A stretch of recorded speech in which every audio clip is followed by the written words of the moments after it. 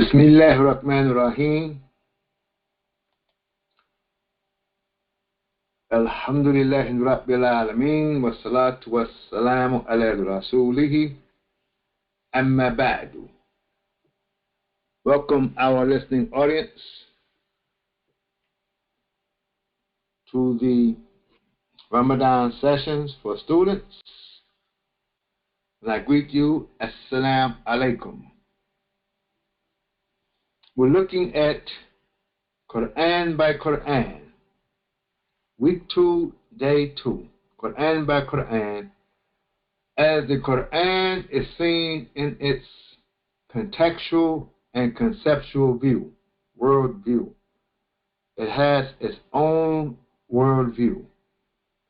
As words enter into the Qur'an, perhaps from an outside environment of the Qur'an, it may take a shift or change in meaning, determine how it is used with other words. So yesterday we looked at the five sheets and grammar. I would recommend to say that we have to know how to read the Qur'an grammatically because it's not our language. So scholars have gone within the history, have found patterns of speech of the Qur'an, has formed what we call a grammatical science to help understand what the Qur'an is saying. We should be able to read it grammatically. Then if we can learn, take this idea here of Qur'an by Qur'an, it's very good up to this point. If you can read, knowing your conjugations, your forms, your verbs and nouns in terms of their grammatical positions, and then begin to see how words are in context with other words. Use an Arabic dictionary. That should be the minimum. Read the Qur'an grammatically with the Arabic dictionary and have some idea of the context of how words are used with each other. That should be the minimum. The source we're going to look at today is Shinkiti. Shinkiti, there's a tafsir of Shinkiti that we should take a look at. And he, in his tafsir, he shows verses of the Qur'an. Now, he may not do every verse, but he'll take a verse and show you related verses of that verse in the Qur'an. So it's a good tafsir for this method of Qur'an bil Qur'an. He'll show you related verses. And then you can take the keywords in those verses and formulate your word field. You take your primary word you're going to be looking at. Then see how that word is used contextually in the verse.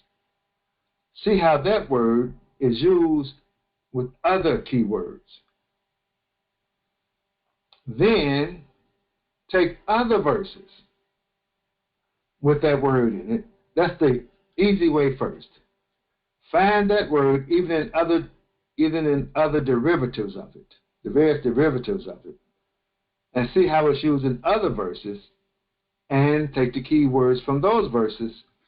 Then, by doing so, you begin to form your word field. You form your word field by listing all of the words. And then, by viewing those words, you begin to see the Qur'anic concept of that word. You're given the Qur'anic concept of that word, not a concept or even a context used outside of the Qur'an. Many times, we take a word from the Qur'an and pull it out, and then put that word in our own word field, our own cultural expression. with other words around it. When that occurs, that word takes a shift. When it takes a shift, you may take it out of the context that it was used in the Qur'an. You may even take it out of the concept, the Qur'anic concept that word once had. And it takes a shift because of the key words that you have placed around it in your own word environment. This is what happens a lot. You take the word hijab. The word hijab appears in the Qur'an. But when you take it out of the context, you take it, that one word, you take it out and you put it in another word field, another word environment. It no longer carries the context that it was used in the Qur'an. Yes, it takes a shift. You see a related meaning, but not the contextual meaning the Qur'an had. Then, as time goes on, that word in a new environment begin to form and shape. After a while, it may not look very much like it was used in the Qur'an, contextually speaking. Now it becomes, if I say hijab, the picture you will get is not the original Quranic picture you were getting. You're getting a different picture of perhaps a headpiece, a piece of clothing that the woman wears to wrap her head and neck and so forth and so on. That's the context now it has taken. The context of a scarf. Your word field is now a scarf. Your word field is now clothing. Your word field is styles, fashion. That's around this word hijab in a new environment now. Take it, put it back in the Qur'an, and then you have a different contextual and conceptual idea of the word hijab. The same thing has happened if you study words from pre-Islamic time. The word would have a certain meaning because of the environment, the word environment it was in. When it comes into the Qur'an now, it takes a shift. Now it's in a new word environment with a new word field, we could say, environment or word field. Now it's given a new contextual and conceptual idea. I hope you understand what I'm saying. There are even words were not, some of the scholars say that they were not purely Arabic words in the Qur'an. They were taken from other languages. And the discussion is, they take the words they come from another language, like an Ethiopian language, Hebrew, whatever languages were spoken in and around Mecca. Their words are in the Quran. But the discussion is, perhaps these words were originally Arabic words, and they were taken and used by another group. Let's say it was put into the Hebrew environment, was originally borrowed by the Hebrew language. Then, over a period of time, it comes back into the Quran as a pure Arabic word. So you'll find some words in the Quran, nevertheless, they're saying they are not originally Arabic words. They're not the speech of the Quraysh people. They're not words, vocabulary of the Quraysh people, in which Muhammad the Prophet was a part of. And you will see a lot of these words, you will find them as diptotes. And some of them you don't find too much about these words in terms of their meaning, their individual meanings, and their origins. That's in the Quran. But they're saying that once the word enters into the Quran, it becomes Quranic Arabic, in a new word environment, and it takes on the shape and form based upon the context that is used with other words. It takes a shift. Yet you'll still see the elements of meanings that's originally in the word. This happens a lot. So the Qur'an, and we build logic around it. We take a word out, we form logic, we form ideas around it, around these words. And it may hold and work for us for 100 years. Then after a while, we see it's not working for us. That's when we have to go back, take that word, put it back in the Qur'an, look at the Qur'an again, and extract from the Qur'an again as we apply it to our life. Yes, the Qur'an becomes the central focus for all time. We take things out, we apply it. After a while, it's not working. We go back and have to take a look again. Many times, the Ummah, you would say, have to go through a period of reformation. We have the reformers that may come and go back to the Qur'an again and look at it again. Go back to life of Prophet, to life of Muhammad the Prophet again and look at it again. Yes, the first time we looked at it, this is the idea that we got from it. Knowledge has come into the life. Science has advanced. Much that we have gathered from the inspiration of creation itself in terms of knowledge, it has formed and shaped the contextual or conceptual world of how we have been applying the Qur'an. But now things have changed. The Qur'an hasn't changed. But we need to go back in it and look at it again. Yes. Saying that, I would like to say before we get started, the same of those of us who have experienced Imam W.D. Muhammad. We sit, we listen to him, his speeches, many speeches we listen to. We've read him, read his speeches, read his writings.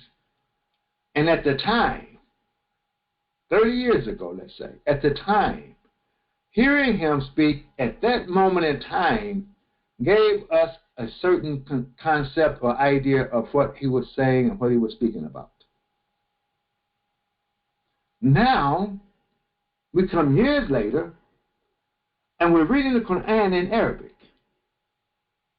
When reading the Qur'an in Arabic now, there's another body of knowledge that have entered into my being.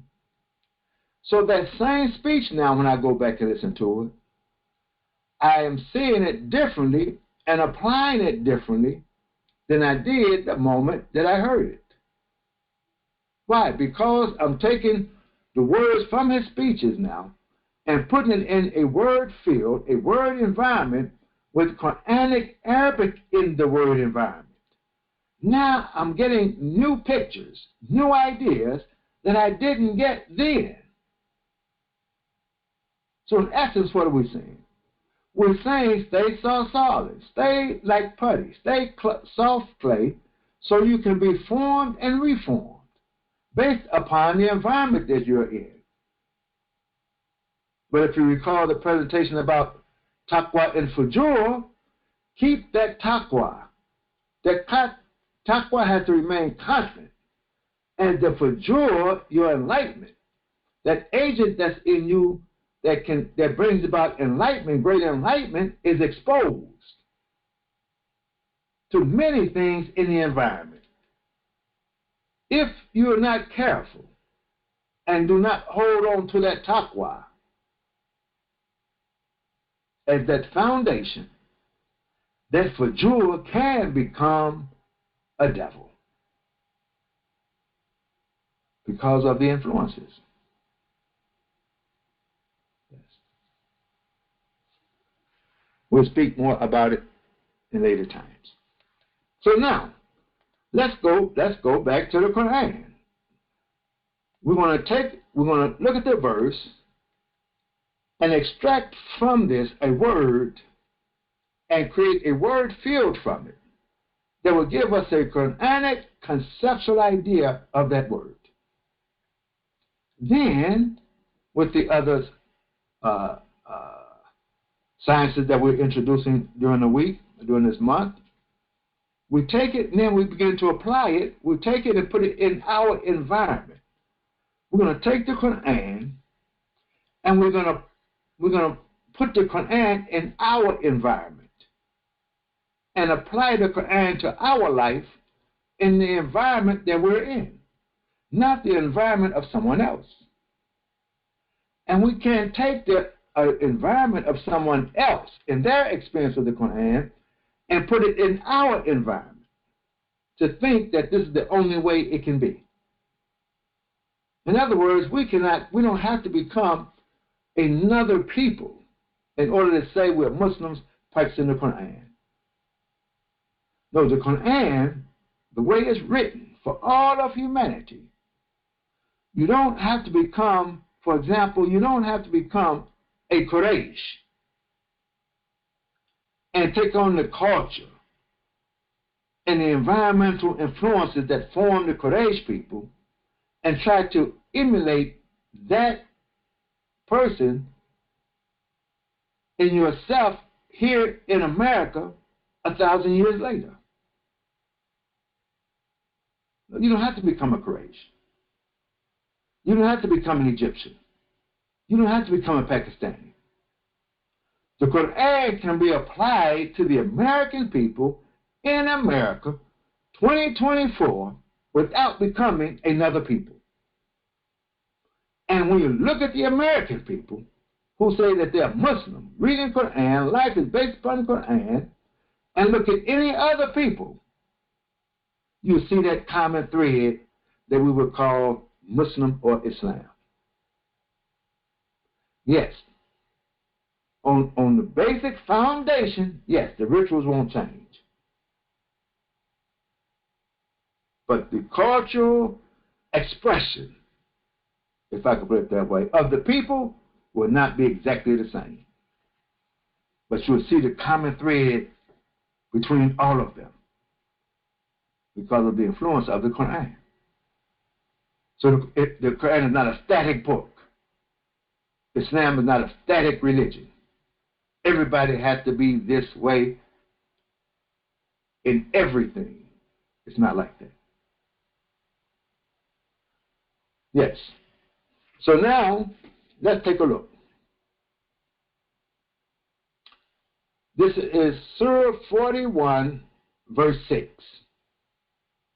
As we're continuing with the Ramadan session.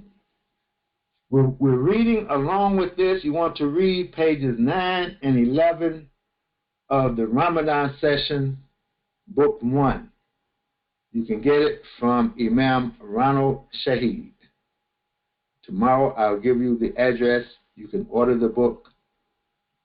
To order the book, the Ramadan Sessions. He has done an excellent job of putting this together, the Ramadan Sessions together. It's good hardback, good paper, good writing, and the way he has put it together. Very good. It's very good. A lot of work. A lot can be extracted from these Ramadan session books. A lot of work can be done on it. Or I could say it's a lot to feed off of. A lot. May Allah bless him for his works. Because for years to come, these books are going to be valuable. Valuable in usage of studying Imam W.D. Muhammad. You don't have to read every single thing he has said. So if you're going to study Imam W.D. Muhammad, do I need to read 40 years of speeches? What would someone suggest that I read and study in order to study Imam W.D. Muhammad? Because I could spend 30 years just reading, trying to read everything. He left a lot. So I would suggest to the student, study the Ramadan sessions.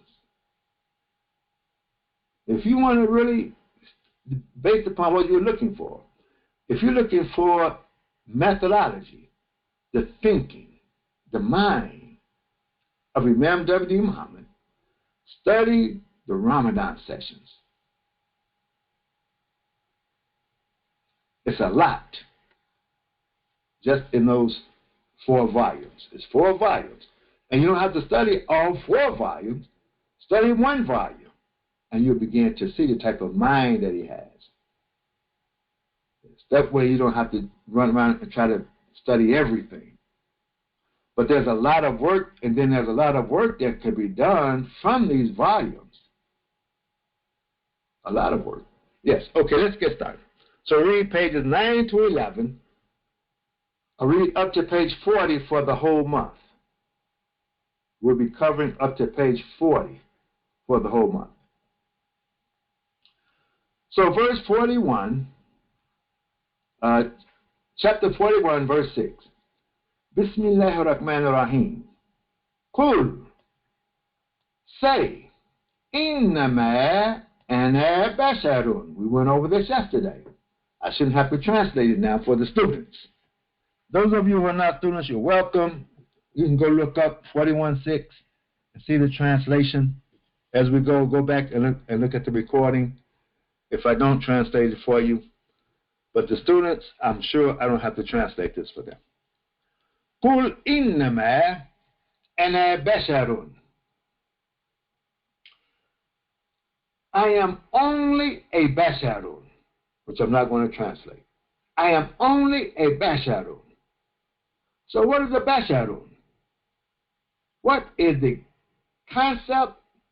What is the idea of a basharun? Is there an English equivalent, a one-word English equivalent to basharun when we're done? Let's take a look and see. Now, you know in M.A.L.I, you know I'm not going to just preach to you. You know you're not going to just sit back and you have to make no effort on your own. So after we're done, I'm going to give you an assignment. I'm going to give the students an assignment. Yes, I'm a teacher. I'm not a preacher. I'm not a motivational speaker. I'm a teacher. And if I'm going to be a teacher, I have to check and see how the students are progressing with the teaching.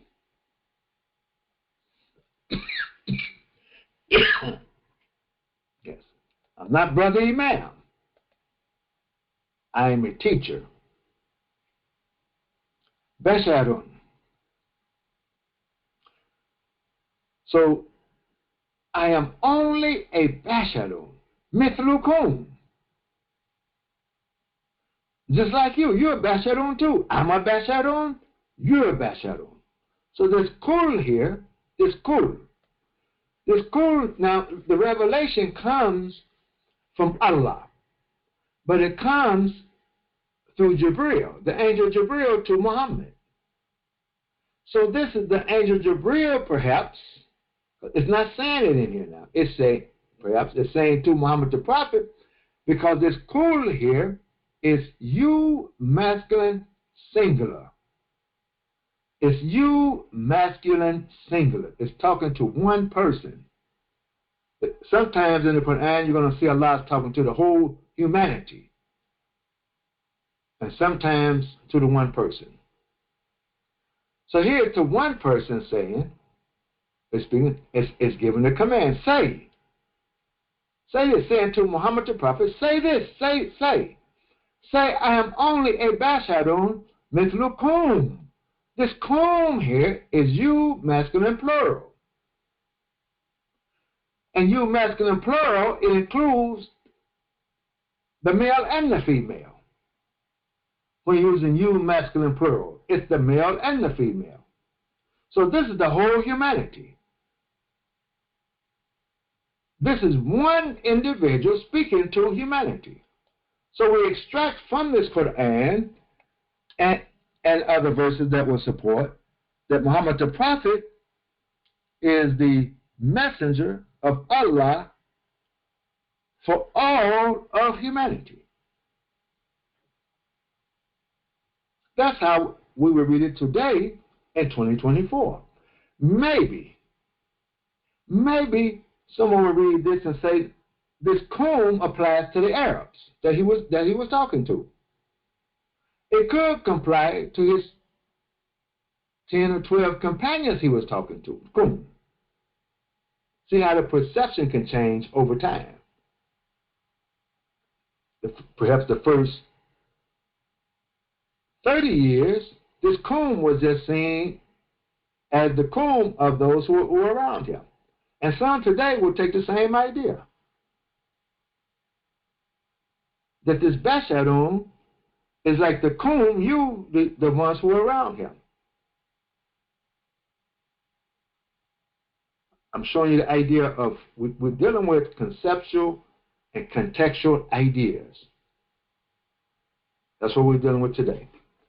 So this you, we know this you is singular, the kum is plural. So say, I am a Bashadum like you.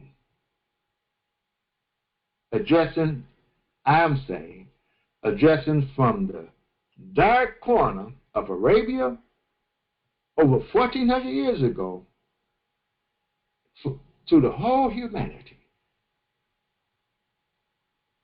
As it unfolds, like we saw with the moon sighting, as the light unfolds, the language still applies. It applies from the time spoken, receiving this inspiration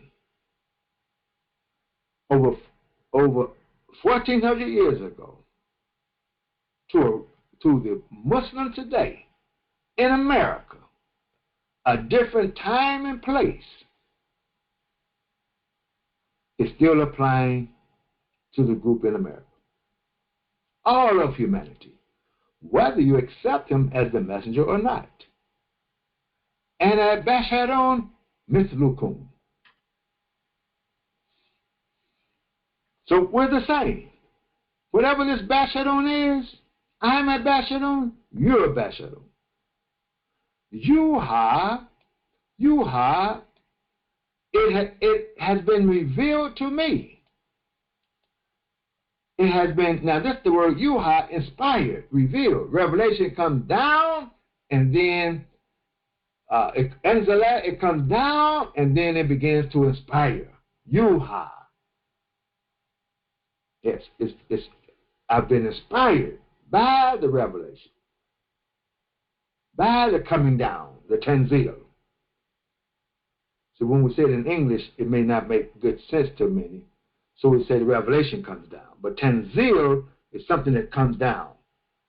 It comes down like the rain. It has rained down, and now from that, on my heart, it has rained down on my heart. And now the mind and intellect has been inspired by it to say to you that annama ilahukum ilahun wahidun, that your God is one God. Wahid. This wahid, when you're saying 1, 2, 3, is one God. It's not the word tawheed. Tawheed is a derivative of wahid, but it says wahid. What's the difference between wahid and tawheed? Mark it as a note. See, mark this as a note. Then Sunday, when we have the discussion, one of the students is going to ask the question, what's the difference? Stay on your toes. Listen to the recording. What's the difference? Because the word tawheed doesn't appear in the Qur'an. Why? Then what is tawheed then, and what is wahid? Yes. That is one God. And it was inspired. I have been inspired that your God, Kum, this Kum again. He didn't say my God. It has been inspired to me that your God, speaking to all of humanity, is one and the same God. So, fast. So, istakimu. Istakimu, which is one of the words, be upright.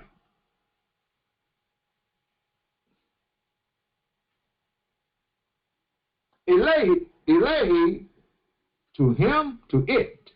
We can say to it. A lot of you have, a lot of people have problems. Is this God male or female? Well, it's not male or female. We say to it. This ilahun wahidun, then be straight. Seek to be straight. Seek to be upright in your whole being. To it.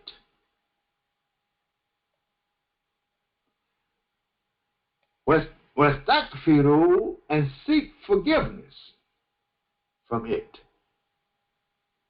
Wawailun lil mushrikeen.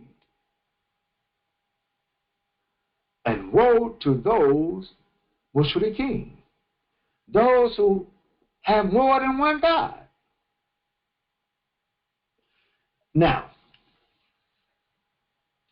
this, we have said, Qur'an should be taught as a science, not the science in it that's extracted from it, and yes, sciences can be extracted from it, like the science of grammar, the science of speech, the science of eloquent speech can be extracted from the Qur'an and taught. But the Qur'an itself is a science and should be taught as a science. And we should see the science that's in it. So here, one God. Your God is one God, and mushrikeen. Now we look at the context.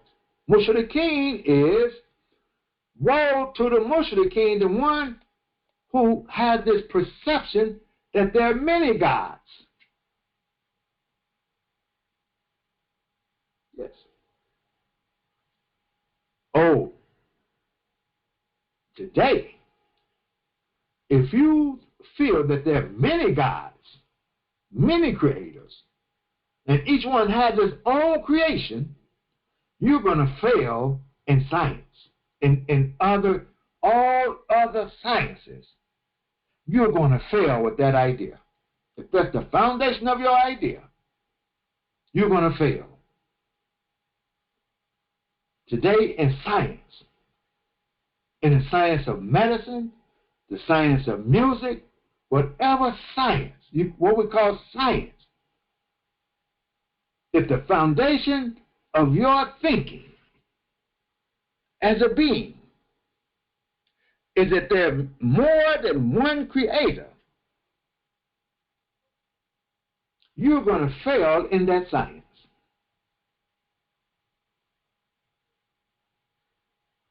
Okay, if you want to discuss it, write it down. We'll discuss it Sunday.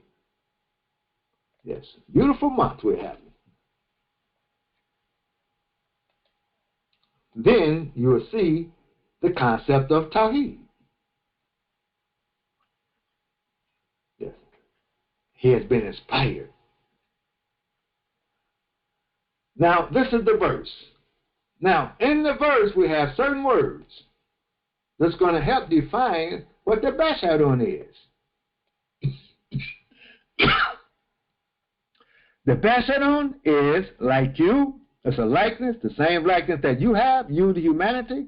They share in this idea of Bashadun. So this is Muhammad the Prophet, the President, peace be upon him. We have the same, we're the same as he is when it comes to Bashadun. Yuha, inspiration. Bashadun receives inspiration, just like you.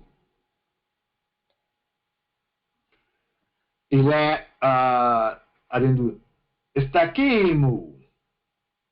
to follow a path, to be upright, to be straight. This word says a lot. It is also, the Basharon can stand up straight on 2 feet, with 2 feet, erect, stand erect. I use the word erect. The Homo sapien, Homos erectus, that's what it's called, Homos erectus, can stand up straight on 2 feet and keep the balance. Now, when the ape tries to stand up on 2 feet straight, it's hard for him to keep the balance. This is the idea of the uswa. And Muhammad the Prophet has the most excellent uswa. The uswa, the one that can stand up straight and keep the balance without wavering. It's taqimu. So we all seek it. For one thing, we all seek.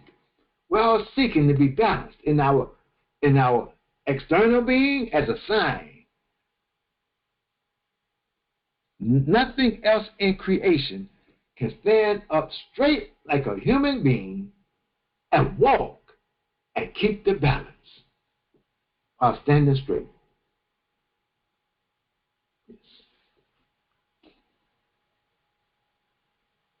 So it is in his moral character to be straight without wavering. Yes, Muhammad has the most excellent uswa for anyone who believes in this one God and have hope. Istaqimu wastakfir, forgiveness. So you have uprightness, you have forgiveness, and the opposite of it would be, you have the word that defines the opposite will help give to the definition is mushrikeen. Mushrikeen is not the way of the Basharu. Seeking forgiveness is the way of the Basharu. Forgiveness, but not mushrik. In the context of one God, because I could put one God here, because the Basha also,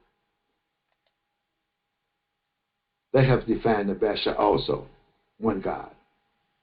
I could put that in also. Now we're creating the word field. That's the verse. Now that's the context of this verse.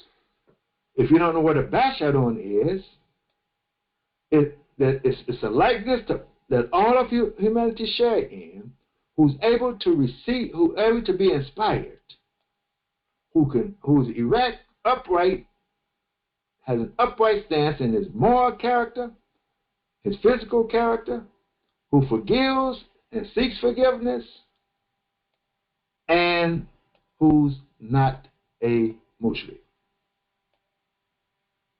who has the idea, who accepts the idea of one God. This is a Basharun. This is a Basharun. If you don't know what Basharun is, this gives you the context of Basharun as it's used in this verse. Now let's look at other verses with it from Shinkiti. Now the source we used last week, we used the concordance. The Qur'anic concordance, and created our own. We took our verses from it and created the word field. Now Shinkiti we can, because it's a, like I said earlier, Shinkiti is a tafsir that's showing verses related to the verse, to the verse that's we're looking at, that you're looking at in the Quran. It's throughout his works. So you can see a lot of verses, even verses that's related to the verse, but maybe that word is not in the verse particularly, which will give us more. We can use those words even to create the field. This is the work of Shinkiti. So in the first one he says, وَقَوْلُوا قَالَتْ لَهُمْ. And his saying, the Most High, قَالَتْ لَهُمْ رُسُلُهُمْ. So their messenger said to them. So messenger. this word messenger it helps define basharun. Here's the word basharun. So we have messenger, one who sent as a messenger. In nahnu illa basharun. We are only basharun. Mithlukum, he's saying again, we are only basharun. So all of the prophets, say to them, and the prophets, this is plural now, the messengers, pardon me, their messengers said to them. All of them said it. Jesus said it. I and you and me. All of them said it. Be sure to let them know that nahnu illa basharun. When we say in, when in is used with illa, it's we talked yesterday, it's restricted only. When you use in and illa together. In the original verse, we said in a particle of restriction. When you're reading in and illa, you're saying we are not except a basharun. The same as you could say we are only a basharun. That's important. That's important. And that's the biggest job of any messenger that comes, or anyone who comes with inspiration, that have been inspired. The biggest thing, and they're big in the eyes of the people. Bigger than life. For example, Imam W.D. Muhammad to his followers. He's big in their eyes. No one is like the Imam. No one. You can't compare the Imam to anyone. And his job, part of his job from being inspired, because the Basharun can be inspired. Now, he's not inspired with a Qur'an like the Qur'an. No. That's reserved to Muhammad the Prophet. But he's been inspired. You can still be inspired by the Qur'an. Because the Basharun can be inspired. You can be inspired by science and creation. Because the Basharun can be inspired. If we take the spookiness out of the idea of inspiration, because this concept of Basharun is taking the spookiness out of it. Because the messengers are saying, I'm a Basharun like you. So if you're a Basharun like me, and I can be inspired too. But not with the Qur'an, but I can still be inspired. I can be inspired by what you have brought. And as it has inspired you, it will inspire me too. Muhammad the Prophet is not the author of the Qur'an. He receives it and he's inspired by it. And he's the example to be followed. Yes. You think the man who created this system right now, that I can sit here in my house, in my room, in my house, and speak to thousands of people simultaneously, and you're looking at the screen and I'm looking at the screen, and you see the screen and I'm drawing on the screen? I didn't have to travel miles and miles and all of us gather into a building somewhere in order to give this message, to have this class in the morning, 8 o'clock in the mornings. If you're on the West Coast, 5 o'clock in the morning. Do you think that man has been inspired?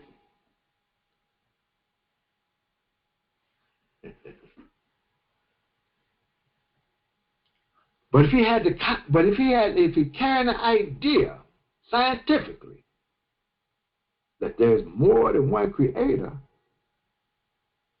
perhaps that man was not inspired. Because it won't work. So I'm only a Basharun, they're saying. Mithlukum, like you, said all of them are saying it. But Allah, He grants favors upon whom He pleases of His servants. So we have the word grant favors, and we have the word servant. It's all part of the bashar. One who we could say receives favor or receive favors, and also servant. It's all part of bashar, conceptual idea of bashar. So we got messengers, we have favor, servant. We're all bashar, and we're all servants. Think about it. Everybody offers a service to somebody. Not as a God, no. But it's in our nature that we have to service. Some of us hate the word servant because of our experience as slaves. Someone has misconstrued this concept and have damaged this concept of servant, and now when it's in our work, our environment and word field, we don't like it.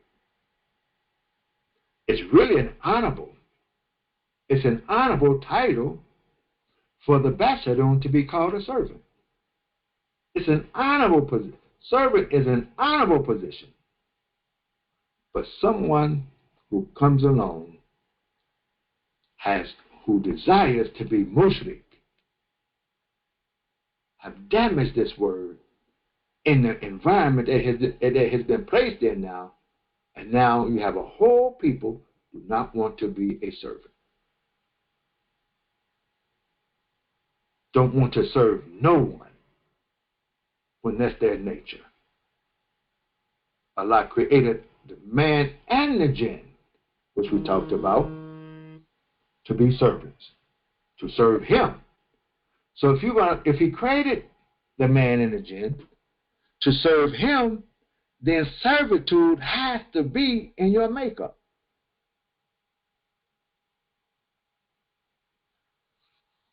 So who does not serve someone? It's not that you serving man, like Iblis.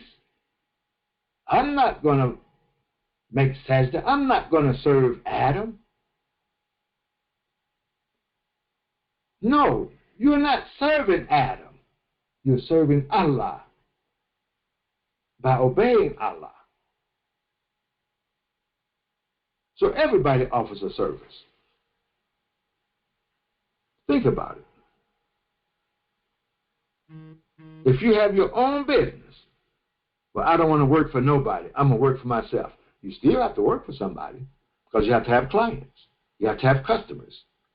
You have to serve your customer. And if you reject serving your customer, you're not going to do too well in business.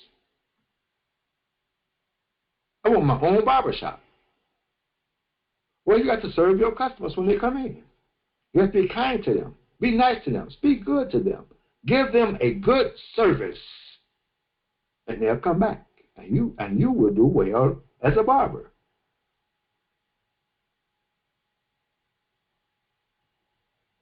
Everybody serves. Everybody is a servant. But you're not serving your client, you're serving Allah. By being what? By seeking to be upright to him. But to be upright to him, I got to give this man the best haircut he's ever seen. If I'm going to be upright to my Creator. Come on in. Have a seat. I got to have the best chair, the most comfortable chair for him. When I put the razor on his head, it won't be hot and burn his head. I have to keep my razors clean, sanitized. All because I'm really a servant to my Lord. Now, if he makes the mistake, because I did such a good job on his head, to see me as a God, if he becomes a mushrik, well, that's not my problem. I didn't do it. All I was doing was being the servant that I was created to be, to my Lord, to be excellent in everything I do. We hate being a servant. But look what we could do. We could say, come into my shop.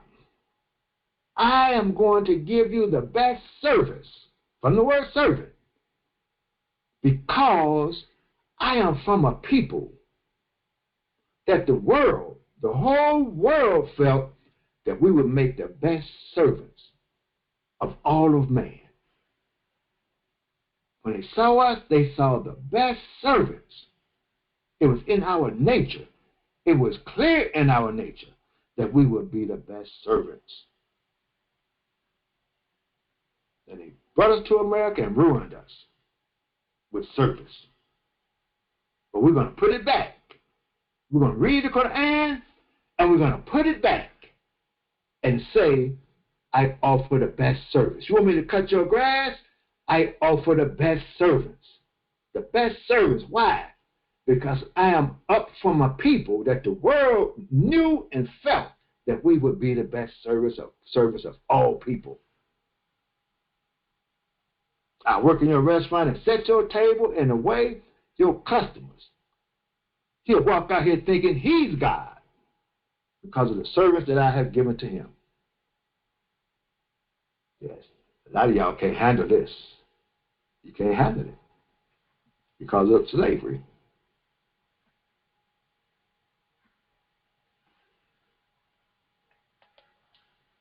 Yes. And other Americans can't handle it because they'll damage it. They'll misuse it. Or they'll be so jealous that you have that in you, they'll start using derogatory terms towards you because they know in the world of competition, you'll be back on top.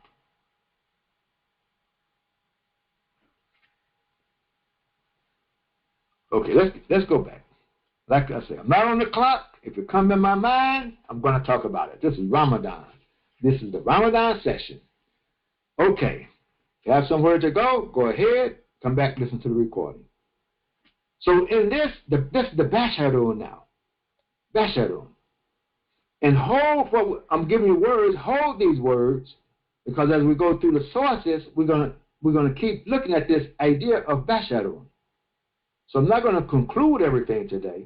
This is one of the sources. Yesterday we had a source, here's another source. Let's see how well we can retain these sources, and in the end, see how when we get to the Imam W. Muhammad in the end, see how we take all of these sources and put it into the teachings of Imam W. Muhammad. That's how we're studying him and understanding him. Okay? So in the word field, we're going to have favor, we're going to have messengers, we're going to have servant. Another verse, Shikiti, he writes, Qawluhu ta'ala, Qul, innama ana basharun mithlukum. Again, similar words, but they're different keywords. Yuha ilayya annama ilahukum ilahun wahidun. Same words. See, this is how he writes it. Then he says, فَمَنْ كَانَ. Here's a different set of words now. It goes with the same words. فَمَنْ كَانَ يَرْجُو لِقَاءَ رَبِّهِ. So whoever have hope in the meeting of his Lord, then فَلْيَعْمَلْ. Then work. عَمَلًا صَالِحًا. Now, you see that? Work is part of Basharun. Servant is part of Basharun. Salihan is part of Basharun. Salihan. Reconcile. Reconciliation. Reconciling your work. A good work, it says, but a reconciled work. A work that is reconciled with your original creation. Now I'm giving lectures, but all these lectures tie in. I'm referring back to other lectures we have had. If you've been staying with it as students, I don't want to say followers. You're not followers. In the sense we use followers in the environment we're in as students. You've been listening. So look at the words here. work. So your work has to be a work of a servant. And you reconcile it. We have to do a lot of reconciliation we have to have in our own selves as African Americans who came on the boats. See, there are some Africans that are here in America now, they didn't come on the boat like we did. So they don't have the same experience that our soul have experienced through slavery. They didn't have that experience. They missed the boat, as they would say. But the group that came on the boat, that our foreparents have this experience that's still with us, according to many of the great scholars, like Dr. Sierra Lincoln. Yes, we had this experience. And now we have to go through a, how do I call it? A period or time of reconciliation. Reconciling our own created nature, our own, we've kept that original nature, yes, but it has been damaged. Now we have to reconcile the damage that has been done in our works. We want to reconcile our works with what we say we believe of this Qur'an and what would be agreeable to our own original created nature. This so that we return as a basharun, like the Prophet, who's a good example of a basharun, and all of other humanity. Because if we listen to some of the people, they'll say, no, the African American is not like a basharun like the rest of us. We've been exiled. Yes. Social outcast. If we read some books. So Salihan is in the work that we can reconcile, and servant is also in the nature of the Basharu. Reconciling. Our work is always reconciling that idea.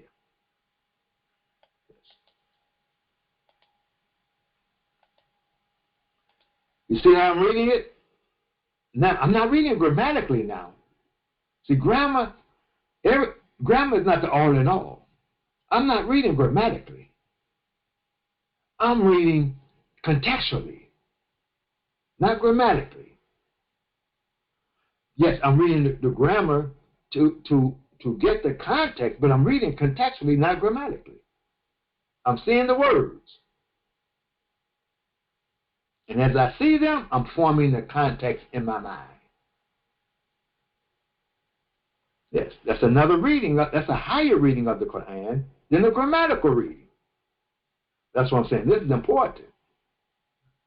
This science is important. Grammar's a science, it's important. This is also important. We need this.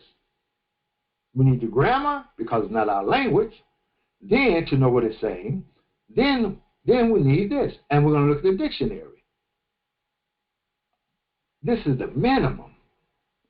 In 5 years from now, because we can do it.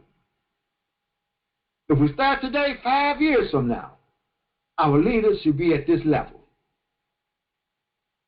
Not at the level of stumbling with recitation and using a Hand's Word Dictionary and then go with the English thesaurus and trying to impress the audience. This should be the minimum requirement. If I was the leader, but I'm not the leader, I'm the teacher. I'll help you get there, but I'm not the leader. If I was the leader, this would be the requirement. Of course, none of you would follow me, so I'm not the leader. Qawluhu ta'ala, Qul innama yuha. Similar words again. Ilayya annama ilahukum ilahun wahidun. Similar wording. Now let's look at the wording in context with this wording. فهل أنتم مسلمون. فهل أنتم مسلمون.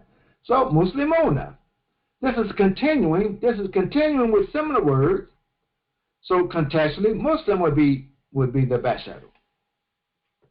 That's the nature of the bashadu. All of this is the nature of the bashadu. It's also Muslim. So qawluhu ta'ala, he says again, إن هذا القرآن يهدي للتي هي أقوام يبشر. Now we took bashadun and it's going to move. It's in a verb form now. The bashadun has become a verb. It's an action. So whatever bashadun is, we can put it in an action form, and then we would say, he bashers. He bashers al-mu'mineen. So now we have the word Qur'an. Is associated with bashar. We have guidance with bashar. Yes, we can put mu'mineen with it. And then al-ladina again. Al-ladina yubashiru mu'mineen. When you make see, this is form 2. It's intensified. Form 2, the verb here. Form 2, bashar. We're going to put in form 2, we're going to intensify it into an act. Whatever it is, we're going to intensify it as an act, and then we're going to cause the believer to be that thing. This is the objective of our action. Is to the believer. And the believer are those, you need grammar to read this now. To read it, now we need the grammar. The believer are those. When you do this to the believer, those you do it to, they are those who ya'maluna, who work. Salihat, the word again. Salihun, salihat. They work with the objective now. See, here it was used. We took Salih, we said he worked, right? Then work, then let him work. I'm sorry, I didn't read this correct. Then let him work. Let him work, Ali Amalan, Salihan. So this is the adjective describing the work. So let him work, and then it gives us the objective of the work to be a Salihan, to be a reconciling kind of work. Now I'm reading it myself, for myself.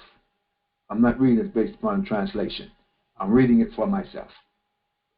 That's the method. Read it for yourself, see what they say, see what I say, you have something to say. So now we're gonna yubashir. Now we say ya'maluna. Now it's a verb. They work is a verb, and the objective of their work, not the description of their work. Here is the description of their work as Salih. Here the objective of their work is Salih. Now in translation, many translations, it'll look like they all are going to look like it's an adjective and a noun describing the work. There's a difference. Here it's not describing the work, it's the objective of the work. And when that's your objective, then it goes on, Anna lahum ajran kareem, that for them, whoever have this objective, and this is all when you bashar them. When you bashar them as believers. And the believers are those who work with the objective of having reconciliation with their faith and their work. They're reconciled. They're not, what you believe and what you do is agreeable. A lot of us believe, but we don't act according to our belief. A lot of us believe, and at us tell it, we believe, I believe the Quran, everything in it, but your actions don't agree with it. And we learn it at an early age. Yes, I'm a Muslim, but I'm not fasting. But I don't do that. I'm a Muslim, but I'm not religious. What we say we are in faith, we don't show it in action. All of us, if we want to be upright, see, I'm just sticking to these words I'm using here. If we want to be upright, like Muhammad the Prophet, and have the uswa of Muhammad the Prophet, our faith has to be in agreement with our action. Salihah. Muhammad the Prophet, we say, is the Qur'an walking. Then all of his actions have to agree with the Qur'an. In fact, to be the most action uswa, your actions are the Qur'an. And so we all are working to read the Qur'an and then allow our actions, work to reconcile our actions with the Qur'an here in America. Without having to become an Arab of 1,400 years ago. He's the model. Yes. For example, Henry Ford designed and created or brought about in excellence the automobile. Chrysler followed, General Motors followed. So Detroit, America was the place to get a car. If you want the best car, the only car, you got to come to Detroit. The Japanese, y'all remember Made in Japan? Yes. So today, let's say, for example, not for argument, for example, they make the best car today. But even though they make a very excellent car, Ford is the model for the Japanese.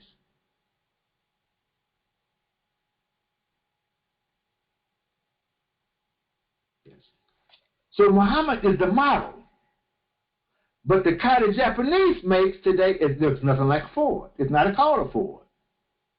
It doesn't look like the Ford. It doesn't ride like a Ford. But Ford is the model.